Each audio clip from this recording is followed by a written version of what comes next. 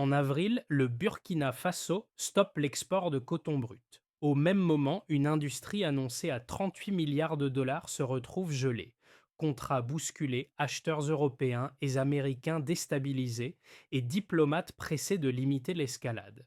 Dans ce pays enclavé du Sahel, le geste se présente comme une revendication de souveraineté industrielle, assumant des risques immédiats.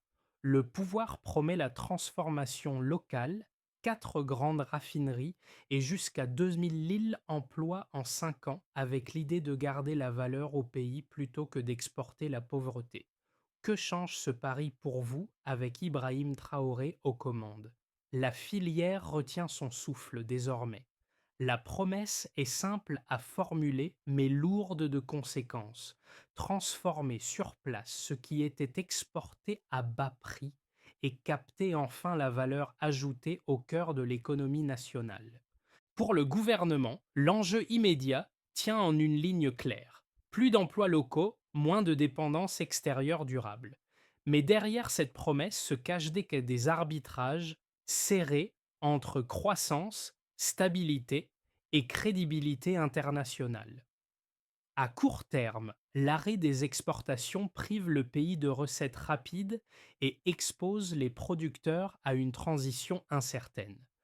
À moyen terme, le pari repose sur la capacité réelle à construire, équiper et faire fonctionner des raffineries compétitives dans un contexte de tensions commerciales et de marchés volatiles.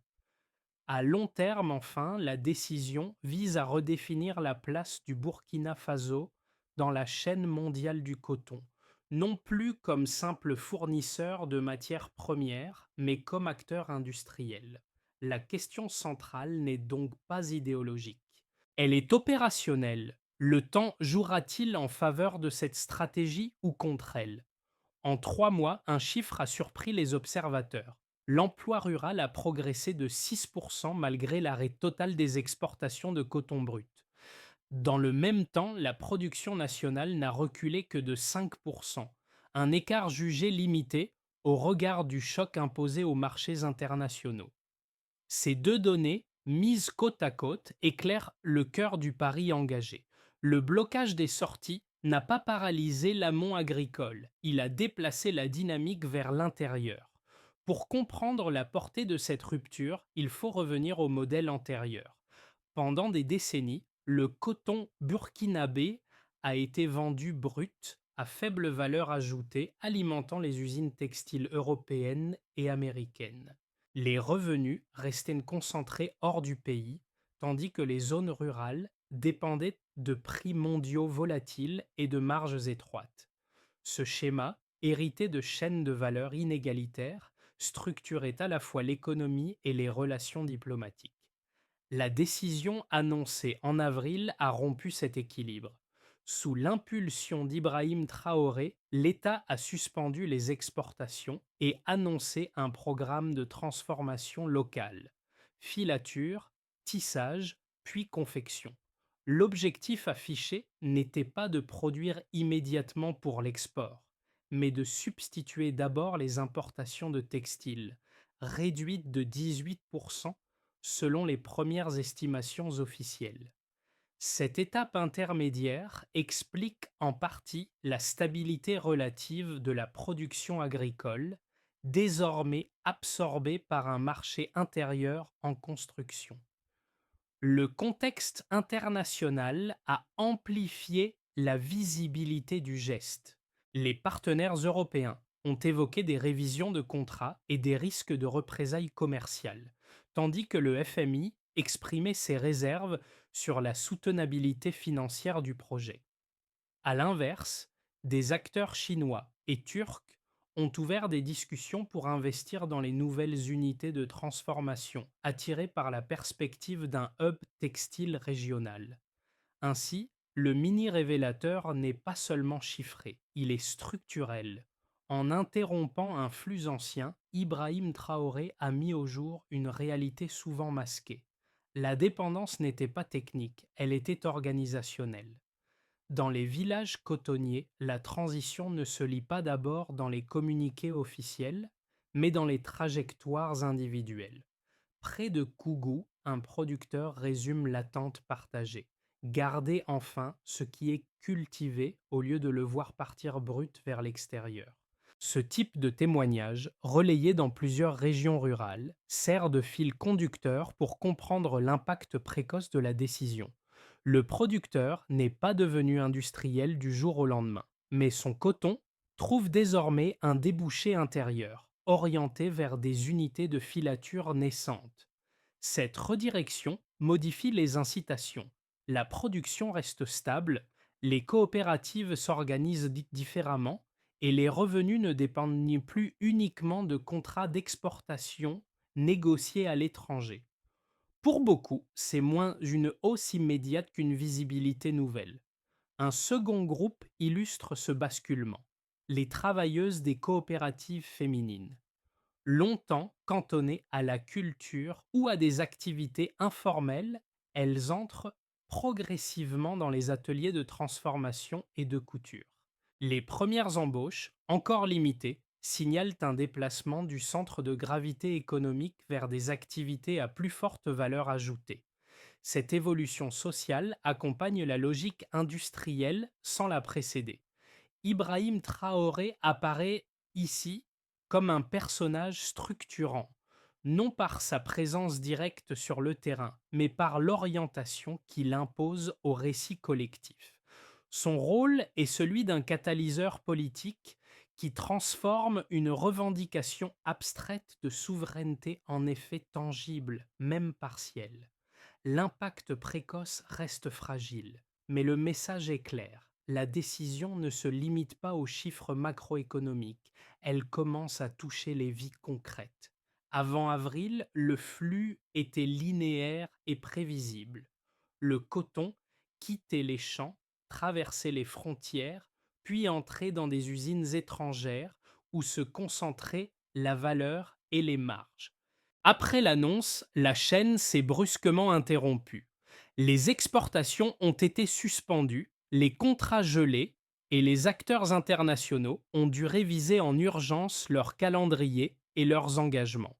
Ce passage du avant au après constitue le point d'activation du processus. La décision a été rendue publique par le gouvernement puis confirmée par des mesures administratives immédiates. Les douanes ont cessé d'autoriser les sorties de coton brut, tandis que les ministères économiques communiquaient sur l'objectif central, transformer localement. Cette phase initiale a créé un choc de visibilité. Les marchés cotonniers, habitués à intégrer la production burkinabé dans leurs équilibres saisonniers, ont réagi par une hausse de l'incertitude et une réévaluation des approvisionnements alternatifs. Le moment de tension maximale est intervenu lorsque les partenaires commerciaux ont commencé à exprimer ouvertement leurs inquiétudes. Des entreprises européennes et américaines ont annoncé la suspension de certains contrats, invoquant la rupture de la continuité d'approvisionnement. Des institutions financières internationales ont publié des mises en garde soulignant les risques de liquidité et de financement d'infrastructures lourdes dans un laps de temps contraint. À ce stade, la décision n'était plus seulement économique, elle devenait diplomatique. C'est dans ce contexte que la figure d'Ibrahim Traoré s'est imposée au centre du débat. En défendant la mesure dans des forums internationaux, il a insisté sur le caractère stratégique du coton, présenté non comme une simple matière première mais comme un levier de développement. Le discours officiel a cherché à déplacer la discussion des pertes immédiates Disney vers les gains structurels attendus. Cette rhétorique a renforcé le soutien interne tout en durcissant les positions à l'extérieur. Les premiers effets secondaires ou durs chocs ont suivi rapidement. Sur le plan intérieur, l'État a accéléré les annonces liées à la construction de raffineries et à l'implantation d'unités de filature. Les administrations locales ont été mobilisées pour identifier des sites, des besoins en main-d'œuvre et des partenariats techniques. À l'international, des discussions discrètes se sont ouvertes avec des acteurs non occidentaux, notamment asiatiques, intéressés par un positionnement précoce dans la future chaîne de valeur. Ce cycle activation, tension, réverbération a transformé une décision ponctuelle en dynamique prolongée. Il a également clarifié les lignes de fracture. D'un côté, un modèle fondé sur l'exportation brute et la dépendance contractuelle. De l'autre, une stratégie de transformation locale assumant des coûts politiques et économiques à court terme. À ce stade, la trajectoire reste ouverte, mais le signal envoyé est durable. Le statu quo n'est plus l'option par défaut. Avant la suspension des exportations, le coton burkinabé suivait un schéma stable. Volume écoulé vers l'extérieur, recettes rapides et dépendance forte aux prix mondiaux. Après avril, le premier delta mesurable concerne l'emploi rural. Selon les données communiquées par le gouvernement, l'emploi dans ces zones a progressé de 6% durant les 3 premiers mois suivant l'interdiction. Le chiffre est modeste en apparence, mais il rompt une tendance longue marquée par la stagnation et l'exode vers les centres urbains. Ce premier indicateur doit être replacé dans son contexte. L'arrêt des exportations aurait pu provoquer une chute brutale de la production agricole. Or, la baisse observée de la production de coton est estimée à 5% par rapport à l'année précédente. Cette contraction limitée suggère que la demande intérieure, bien que naissante, a absorbé une partie significative des volumes auparavant destinés à l'export. Autrement dit, le choc n'a pas détruit la base productive, il l'a redirigée. Un troisième indicateur éclaire cette réorientation. Les importations de textiles ont diminué de 18% sur la même période. Ce recul traduit un double mouvement. D'une part, les premières unités locales de filature et de tissage commencent à fournir le marché intérieur. D'autre part, les consommateurs et les administrations publiques se tournent davantage vers des produits locaux, encouragés par les politiques d'achat et la baisse relative des prix sur certains marchés urbains. Pris ensemble, ces chiffres dessinent une trajectoire cohérente. Le baseline était celui d'une économie cotonnière extravertie, vulnérable aux variations de prix et aux décisions d'acheteurs étrangers. Le delta correspond à une économie en transition, où la valeur commence à circuler à l'intérieur des frontières. Cette transition n'est ni instantanée ni linéaire. Elle repose sur des capacités industrielles encore incomplètes et sur des investissements lourds dont les retours sont différés. Les limites apparaissent clairement. Les raffineries et usines de transformation ne fonctionnent pas encore à pleine capacité. Les coûts d'infrastructure et de formation pèsent sur les finances publiques, tandis que les sanctions ou menaces commerciales réduisent l'accès à certains marchés extérieurs. Ces contraintes expliquent pourquoi les gains observés restent partiels et concentrés sur certains territoires. Cependant, le signal envoyé par ces données est central pour comprendre la logique politique portée par Ibrahim Traoré. Les chiffres ne prouvent pas encore un succès définitif. Ils indiquent plutôt une possibilité, celle de déplacer progressivement le centre de gravité économique sans effondrement immédiat, malgré un environnement international défavorable. C'est dans cet espace étroit entre fragilité et opportunité que se joue la suite de la stratégie. Les critiques de la suspension des exportations articulent deux arguments principaux, souvent présentés comme pragmatiques plutôt qu'idéologiques.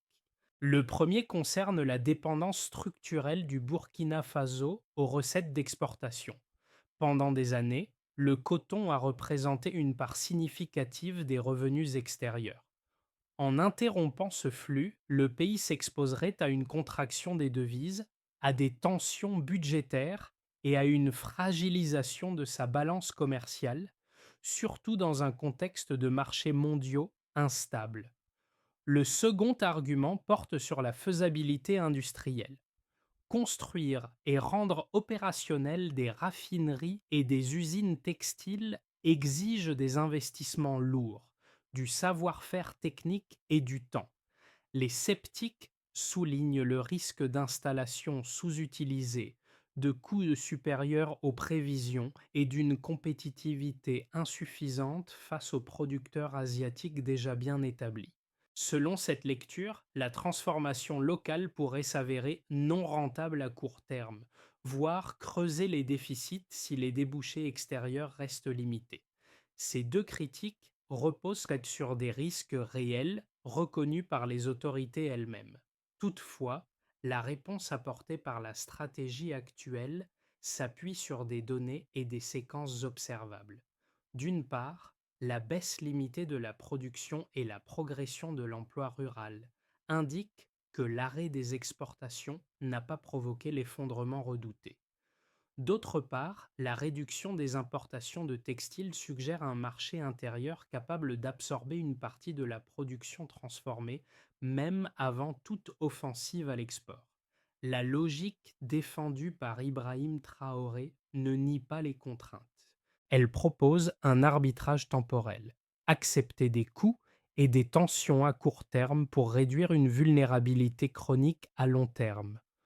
En ce sens, la question centrale n'est pas de savoir si la transformation locale est immédiatement optimale, mais si la dépendance antérieure était soutenable.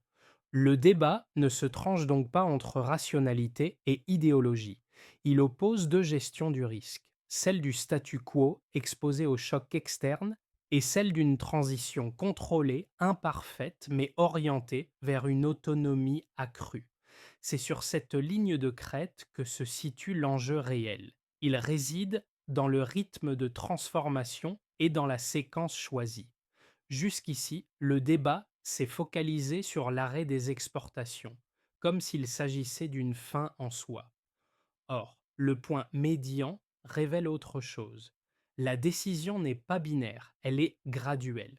Le cœur de la stratégie consiste à sécuriser d'abord le marché intérieur, puis à préparer une montée en gamme progressive avant toute réintégration sélective des échanges internationaux. Ce changement de focale modifie la lecture des risques. Tant que la transformation locale vise prioritairement la substitution aux importations, la pression concurrentielle reste contenue. Les volumes ne cherchent pas à rivaliser immédiatement avec les géants mondiaux du textile, mais à stabiliser une base industrielle nationale. C'est cette étape intermédiaire qui réduit la probabilité d'un choc économique brutal. Ibrahim Traoré a insisté sur ce point dans ses prises de parole. Il ne s'agit pas de rompre avec le monde, mais de renégocier la position de départ. La souveraineté industrielle, dans cette optique, n'est pas un isolement, mais un rééquilibrage. Elle crée un temps politique et économique, durant lequel l'État peut ajuster les infrastructures, la formation et les partenariats. La révélation du milieu est donc stratégique.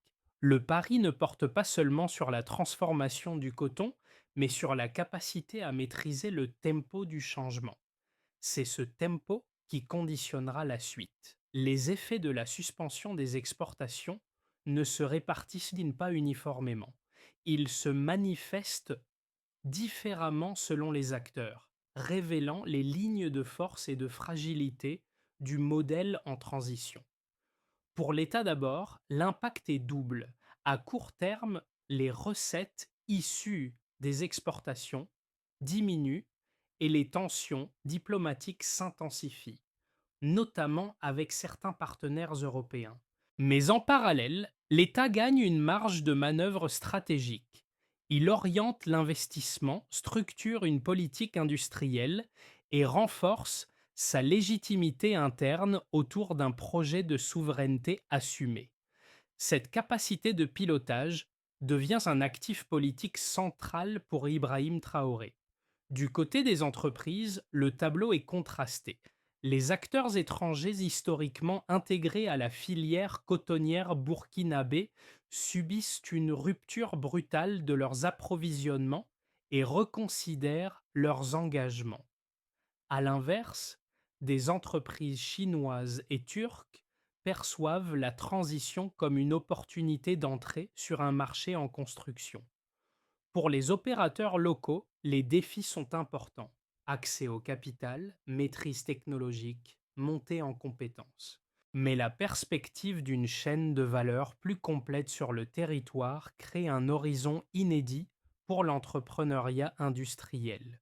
Pour les travailleurs et les populations rurales, les conséquences sont plus immédiates. La création d'emplois dans les premières unités de transformation, même limitées, introduit une diversification des revenus. Les données évoquant une hausse de 6% de l'emploi rural traduisent moins une prospérité installée qu'un infléchissement de tendance. Les coopératives féminines, en particulier, bénéficient en est d'une intégration progressive dans des activités de couture et de fabrication, ce qui modifie leur place dans l'économie locale et renforce leur autonomie économique. À l'échelle régionale, enfin, la décision burkinabé produit un effet d'entraînement.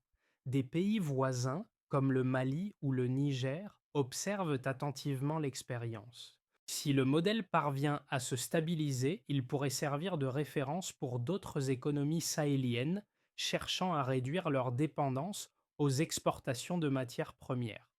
Dans le cas contraire, il constituerait un avertissement sur les limites d'une industrialisation rapide dans un environnement contraint.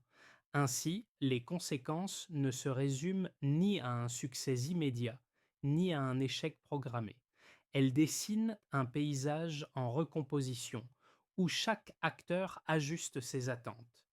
La question clé devient alors celle de la durabilité. Ces effets différenciés convergeront-ils vers un équilibre viable ou resteront-ils fragmentés dans le temps? Si l'on imagine d'abord un chemin de base, les premières unités de transformation du coton continuent à se développer à un rythme mesuré.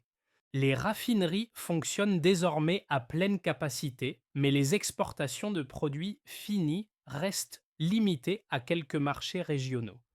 La production intérieure continue de se stabiliser avec un faible recul de la production de coton, ce qui montre que les agriculteurs burkinabés s'adaptent progressivement à ce nouveau modèle.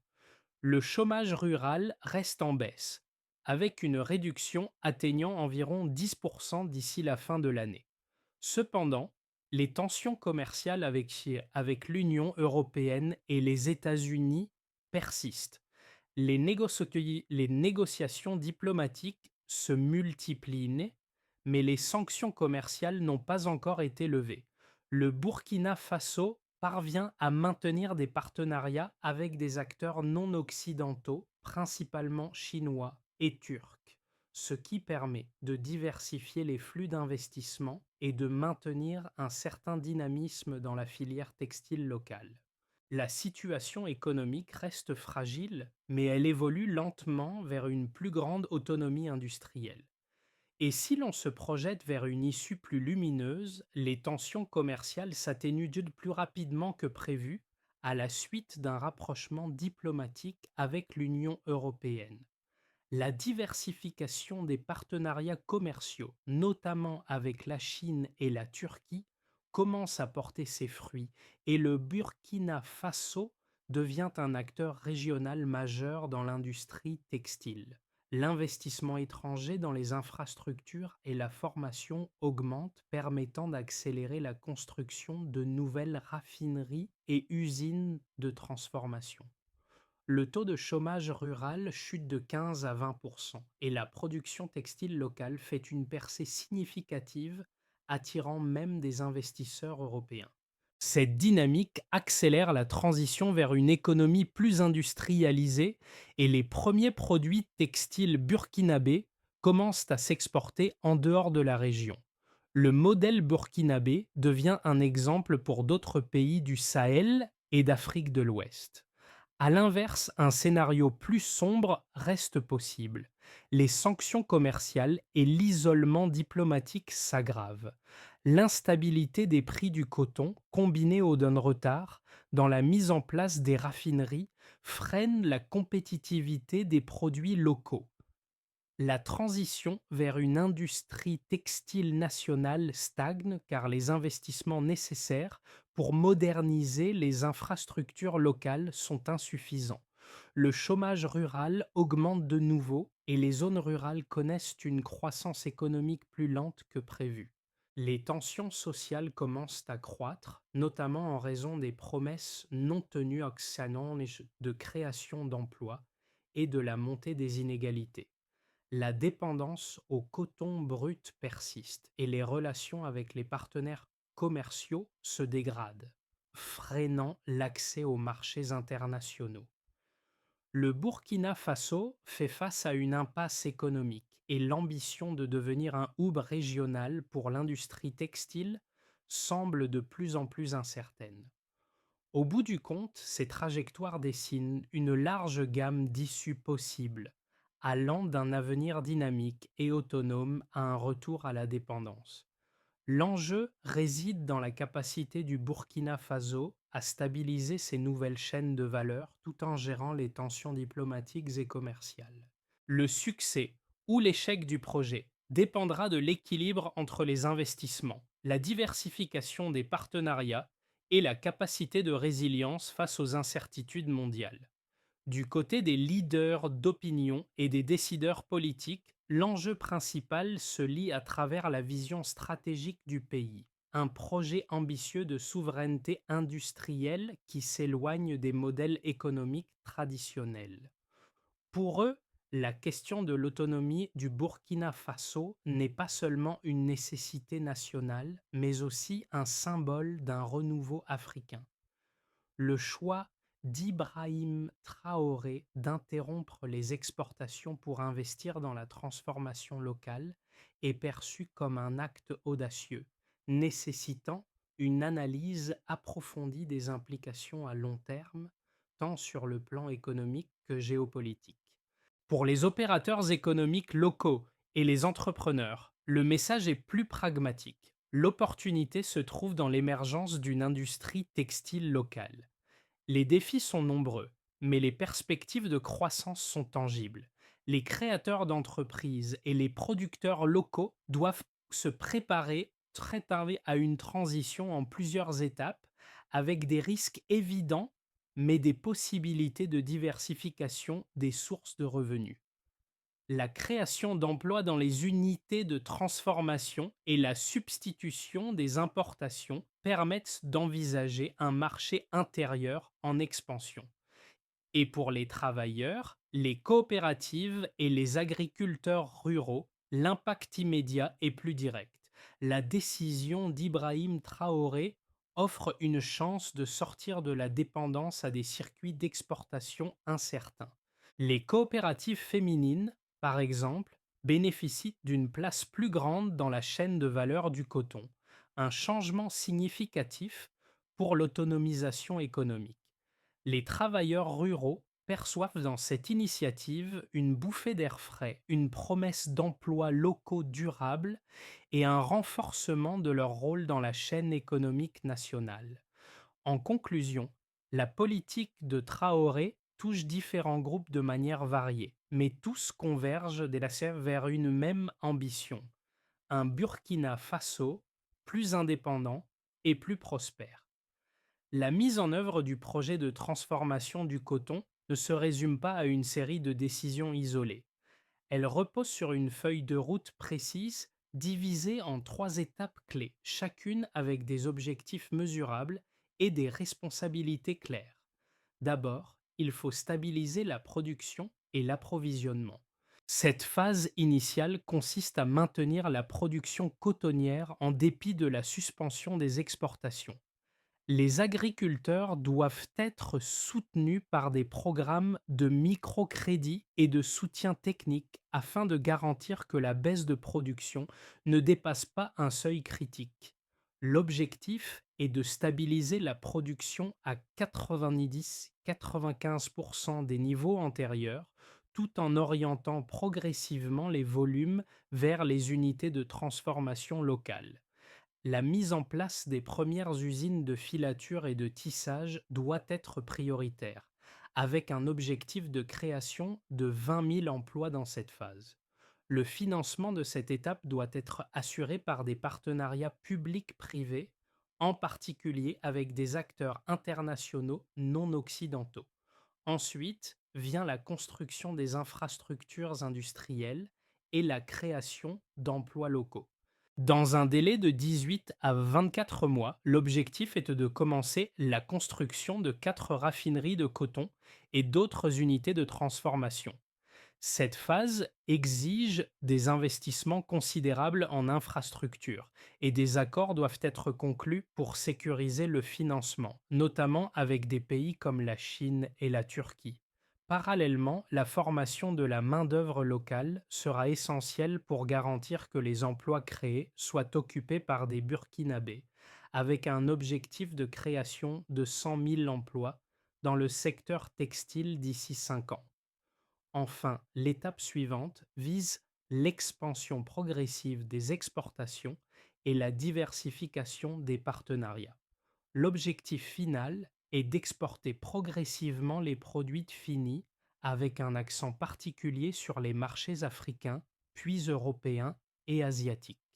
Cela nécessitera de négocier des accords commerciaux et de garantir que la qualité des produits locaux soit compétitive. En parallèle, le Burkina Faso devra renforcer ses relations avec ses voisins du Sahel pour créer une zone économique régionale pour les produits textiles. À chaque étape, des évaluations régulières et des ajustements seront indispensables pour adapter les stratégies en fonction des résultats obtenus. Les investissements dans la transformation devront être ciblés, mesurés et soutenus par une volonté politique claire. Le coton burkinabé, autrefois simple matière première envoyée à l'étranger, est désormais au cœur d'un projet audacieux pour l'avenir du pays. Ce n'est plus seulement une ressource agricole, mais une promesse d'autonomie, de dignité et de prospérité. Ibrahim Traoré, avec sa vision de souveraineté économique, a placé ce petit pays enclavé au cœur d'une dynamique nouvelle. Chaque champ de coton cultivé porte désormais l'espoir d'une transformation locale, d'un avenir où le Burkina Faso ne dépend plus des autres pour valoriser ses ressources naturelles. Mais cette promesse est fragile. Elle repose sur les épaules des travailleurs ruraux, des coopératives féminines, des jeunes et des entrepreneurs locaux qui doivent donner vie à ce projet. La route sera longue, semée d'embûches, mais les premiers signes de changement sont déjà visibles. Des emplois créés, des usines en construction, un changement de mentalité qui s'opère. La question reste ouverte, ce rêve de transformation industrielle sera-t-il durable? Si le Burkina Faso réussit, il deviendra un modèle pour l'ensemble du Sahel et au-delà, montrant que même les pays les plus dépendants peuvent écrire leur propre histoire. Mais le chemin est encore à tracer, chaque pas étant une victoire pour l'avenir du pays. Le projet d'Ibrahim Traoré de transformer l'industrie cotonnière burkinabé en un modèle d'autosuffisance et de souveraineté économique représente une révolution, non seulement pour le Burkina Faso, mais potentiellement pour toute l'Afrique. Mais au-delà des chiffres et des stratégies, ce changement profond repose sur une question. Qu'est-ce que cela signifie pour vous en tant qu'individu, en tant que membre d'une communauté, en tant que citoyen d'un pays en pleine transformation? Peut-on imaginer un avenir où des décisions aussi audacieuses que celle-ci façonnent non seulement l'économie, mais aussi la dignité, la justice et l'autonomie des peuples, où les ressources naturelles ne sont plus exportées à bas prix, mais utilisées pour créer un avenir plus équitable et plus prospère à l'intérieur même des frontières africaines? Ibrahim Traoré a lancé le pari de tout un pays. Mais quel rôle jouez-vous dans ce changement? Est-ce que vous êtes prêt à faire partie de ce futur, à participer à cette transformation et à soutenir un modèle économique plus autonome?